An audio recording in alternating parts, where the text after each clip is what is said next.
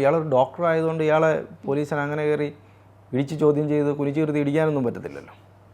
ഇയാൾ സമൂഹത്തിൽ മാന്യമായി ജോലി ചെയ്യുന്ന ഒരാളാണല്ലോ, ഡോക്ടർ എന്ന് പറയുന്ന പ്രൊഫഷണൽ ആണ് അയാളുടെ ഇത്. അപ്പോൾ ആ ചോദ്യം ചെയ്യൽ തുടങ്ങിയപ്പോൾ ഇയാൾ പിടിച്ചു നിൽക്കാൻ പറ്റാതായി. ഈ ഡോക്ടർ കൃതികയുടെ കുടുംബം ഞാൻ നേരത്തെ പറഞ്ഞ പോലെ നല്ല സാമ്പത്തിക ശേഷിയൊക്കെ ഉള്ള കുടുംബമാണ്. പക്ഷേ ഇയാൾ ഡോക്ടറാണെങ്കിൽ പോലും ഇയാൾക്ക് അത്രയധികം സാമ്പത്തിക ശേഷി ഇല്ല. അവരുമായി താരതമ്യം ചെയ്യുമ്പോൾ, പൊതുവേ അയാൾ സമ്പത്തുള്ള ആളാണ്, പക്ഷേ അവരുമായി താരതമ്യം ചെയ്യുമ്പോൾ അത്രയധികം സമ്പത്തുള്ള ഒരാളല്ല. അപ്പോൾ അവിടെ ഇയാൾക്ക് സ്വന്തമായ ഒരു ഹോസ്പിറ്റൽ തുടങ്ങണം. ഈ ഹോസ്പിറ്റൽ തുടങ്ങണം എന്നാവശ്യപ്പെട്ടുകൊണ്ട് ഡോക്ടർ കൃതികയുടെ അടുത്ത് പറയുന്നു, നീ നിൻ്റെ വീട്ടിൽ പറയണം, എനിക്ക് കുറച്ച് കാശ് വേണം, ഹോസ്പിറ്റൽ തുടങ്ങാൻ നല്ലൊരു തുക വേണമല്ലോ. പക്ഷേ കൃതിക സമ്മതിക്കുന്നില്ല. കാരണം കൃതികയ്ക്ക് ഇയാളുടെ ഒരു രീതി അറിയാം. കാശൊക്കെ കിട്ടിക്കഴിഞ്ഞാൽ ഇയാളുടെ കയ്യിൽ ഇരിക്കില്ല. ഇയാളൊരു അടിച്ചുപൊളി രീതിയിലുള്ള ഒരാളാണ്.